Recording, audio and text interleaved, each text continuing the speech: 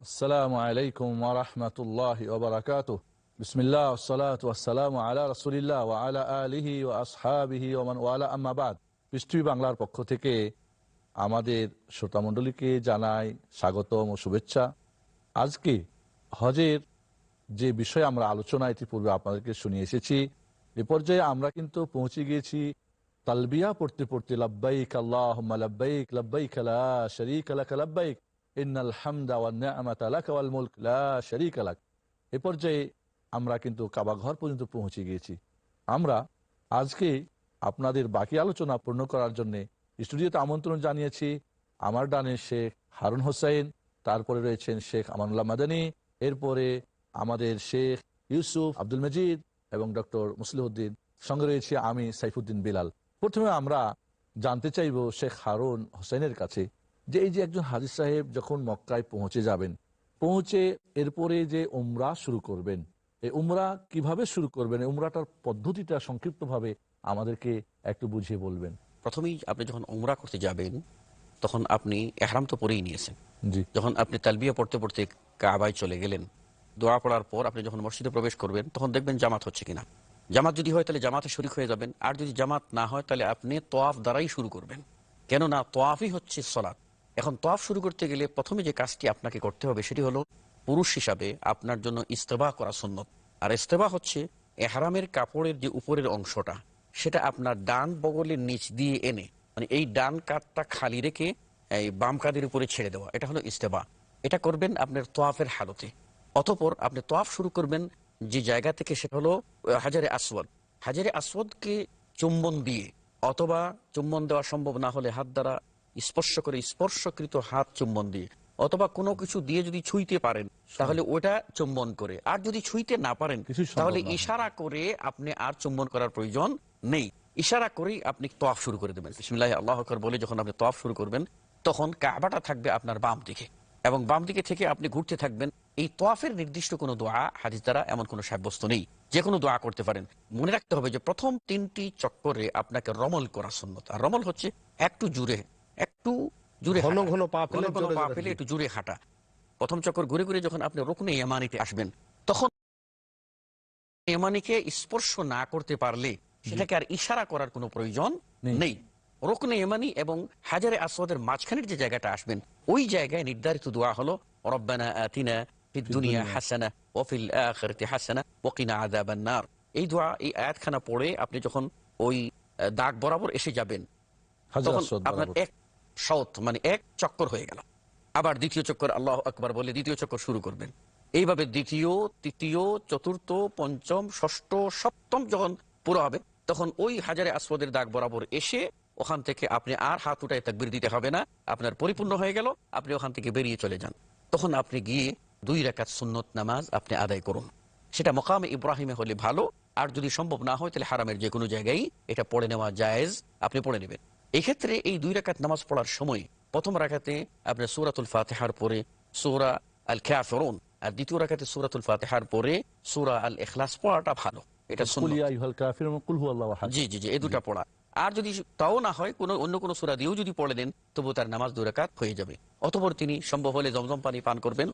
এইখানে একটা লক্ষণীয় বিষয় যেটা হলো, এই যে আমি যখন তোয়াফ করতেছিলাম তখন তো ইস্তেবা করেছিলাম, অর্থাৎ ডান কাতটা খোলা রেখেছিলাম, কিন্তু যখন আমি তোয়াফ শেষ করে ফেললাম আর ইস্তেবা করতে হবে না, আপনি পুরোটা কাঁধ ঢেকে তারপরে নামাজ পড়বেন। রাসূল সাল্লাল্লাহু আলাইহি ওয়াসাল্লাম বলছেন, ওই ব্যক্তির নামাজ হবে না যার কাঁধ খোলা রয়েছে। কাজে কাঁধ খোলা রেখে নামাজ পড়া যাবে না সামর্থ্য সালাত থাকা আদায় অবস্থায়। করবেন, জি। ধন্যবাদ শেখ হারুন জি হোসেনকে। যে আমরা এ পর্যন্ত তাহলে কাবা ঘরে প্রবেশ করে আমাদের ডান কাঁধ ইস্তেবা করে এবং প্রথম 3 চক্করে একটু দ্রুত ছোট ছোট পদে হেঁটে আমরা তওয়াফ শেষ করলাম, এবং তওয়াফের পরে যে 2 রাকাত নামাজ মাকাম ইব্রাহিমের পিছনে বা যে কোনো স্থানে আমরা জি জি ওখানে ভিড় না জমিয়ে আমরা পড়ে নেব। এরপরে আমাদের যে কাজটা হবে সেটা হলো সাই, অর্থাৎ সাফা এবং মারওয়াতে আমাদের যাতায়াত করা বা দৌড়ানো। তো এই সাফা মারওয়ার যে সাই, এ সম্পর্কে আমি শেখ আমানুল্লাহ মাদানীকে আমি বলার জন্য অনুরোধ করছি। প্রথমে আমি দুই একটা কথা শেখ হারুন সাহেবের সাথে ইজাফা করতে চাচ্ছি, সংযোজন করতে চাচ্ছি। সেটা হলো, মক্কায় ঢুকে গোসল করাটা মুস্তাহাব। জি, কেউ যদি মক্কায় ঢুকে প্রথমে প্রবেশ করে সময় থাকে তাহলে গোসল করে নিতে পারে। আর দ্বিতীয় আর একটা কথা, সেটা হলো যে মাকাম ইব্রাহিমের সালাত আদায়ের পরে সাফা মারোয়া সাই করতে যাওয়ার আগে হাজর আসাদ যদি আবার পুনরায় চুম্বন করে যাওয়া যায় তাহলে ভালো। জমজমের পানি পান করে, জমজমের পানি পান করে, মোট এই ধরনের রাসূল সাল্লাল্লাহু আলাইহি ওয়াসাল্লাম জমজমের পানি পান করে আমি যখন সাফা মারওয়ার সাই করতে যাব তখন যদি হাজর আসাদকে চুম্বন দিয়ে যাওয়া যায় তাহলে ভালো, যদি পারা যায়। হাজর আসাদ ইশারা দেওয়ার সময় অনেককে দেখা যায় নামাজের মতো দুই হাত উঁচু করে, কেউ বা দাঁড়ায়, কেউ বা এই দাগের উপর দাঁড়ানোর খুব চেষ্টা করে, ধাক্কায় নিয়ে যায় আবার ফিরে আসে, এসব বিষয়ে খেয়াল রাখা ভালো। এরপরে সাফা মারওয়া, প্রথমে আমরা সাফা পাহাড়ে উঠবো। এটা একটি ঐতিহাসিক পাহাড়। সাফা পাহাড়ের উপরে উঠে রাসূলুল্লাহ সাল্লাল্লাহু আলাইহি ওয়াসাল্লাম প্রথমে কোরআনের আয়াত পড়তেন, ইন্নাস সাফা ওয়াল মারওয়াতা মিন শাআইরিল্লাহ ফামান হাজ্জাল বাইতা বিতামারা ফালা জুনাহা আলাইহি আন ইয়াতাওয়াফা বিহিমা ওয়া মান তাতাওয়া খায়রান ফাইন্নাল্লাহা শাকিরুন আলিম। এই আয়াত পড়ে রাসূল বলছেন যে আল্লাহ যেখান থেকে শুরু করেছেন আমিও সেখান থেকেই শুরু করব। এরপরে কেবলার দিকে মুখ করে, অর্থাৎ সাফা থেকেই সাই শুরু হবে, কেবলার দিকে মুখ করে হাত এর জন্য কোনো নিয়ত পড়তে হবে বা কিছু? যা নিয়ত পড়তে হবে না, বা নিয়তের কোনো দরকার নেই। কেবলার দিকে মুখ করে হাত উঁচু করে দোয়া পড়তে হবে, লা ইলাহা, মাথার উপর হাত যত রাসূলুল্লাহ সাল্লাল্লাহু আলাইহি ওয়াসাল্লাম অনেক উপরে তুলতেন, পারতপক্ষে যত লম্বা করা যায়। এমনকি কোন কোন জায়গায় দেখা যাচ্ছে যে বগলের শুভ্র অংশ প্রকাশ পেত। লা ইলাহা ইল্লাল্লাহু ওয়াহদাহু লা শারীকা লাহু লাহুল মুলকু ওয়া লাহুল হামদু ওয়া হুয়া আলা কুল্লি শাইইন কাদির, এটাও তাওহীদের ঘোষণা। জি, লা ইলাহা ইল্লাল্লাহু ওয়াহদাহু আনজাজা ওয়া'দাহু ওয়া নাসারা আবদাহু ওয়া হাযামাল আহজাবা ওয়াহদাহু। জি, এই দোয়াগুলি রাসূলুল্লাহ সাল্লাল্লাহু আলাইহি ওয়াসাল্লাম পড়তেন। আরো অন্যান্য দোয়া পড়ে তারপর তিনবার করে পড়তেন। পড়ার পরে এবার ধীরে সুস্থে সাফা পাহাড় থেকে নেমে মারওয়া পাহাড়ের দিকে রওনা দিবেন। মারওয়া পাহাড়ের দিকে যেতে ওখানে অবশ্য এখন চিহ্ন দেওয়া আছে, সেখানে সম্ভব হলে সবুজ বাতি দুই দিকে দেওয়া আছে। এক সবুজ বাতি থেকে আর এক সবুজ বাতি পর্যন্ত দৌড়িয়ে যেতে হবে। মেয়েরা দৌড়ানোর ব্যাপারে ওলামায়ে কেরামদের মধ্যে কেউ কেউ ইখতিলাফ করেছেন, তবে আল্লামা নাসিরউদ্দিন আলবানী রাহিমাহুল্লাহ বলছেন যে মেয়েদের দ্বারাই তো দৌড়ানো শুরু, তো মেয়েরা দৌড়াবে না কেন? মানে হাজারাই প্রথম দৌড়ে গেছিলেন। হ্যাঁ, কাজে মেয়েরাও দৌড়াবে।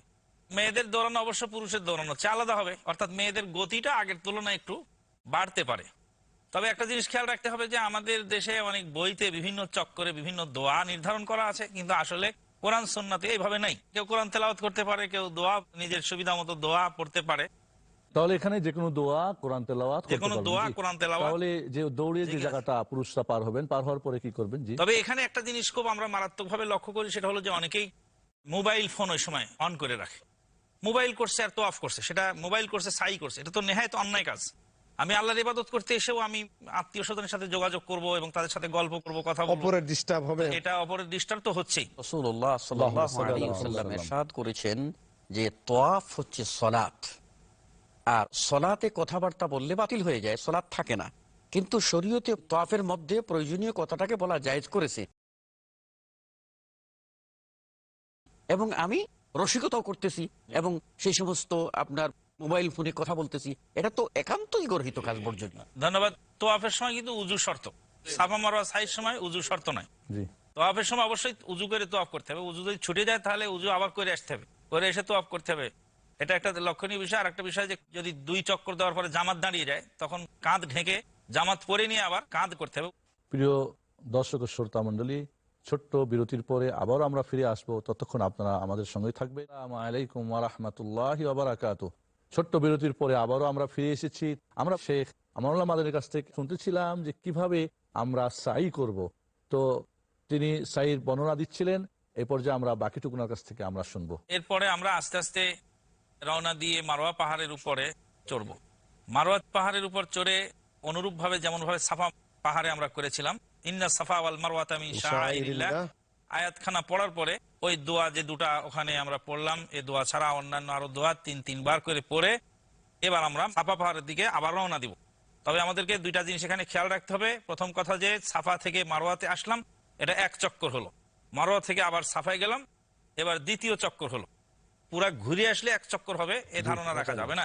আর দ্বিতীয় আর একটি বিষয়, অনেক মানুষকে দেখা যায় যে ওখানেই ওই চুলের কিছু অংশ একটু একটু করে কেঁচি দিয়ে কাটতে থাকে। তাহলে 7 চক্কর গিয়ে মারওয়াতে শেষ হবে। 7 চক্কর কি করতে হবে? জি বলেন। 7 চক্কর শেষ হওয়ার পরে মহিলারা তাদের ঘরে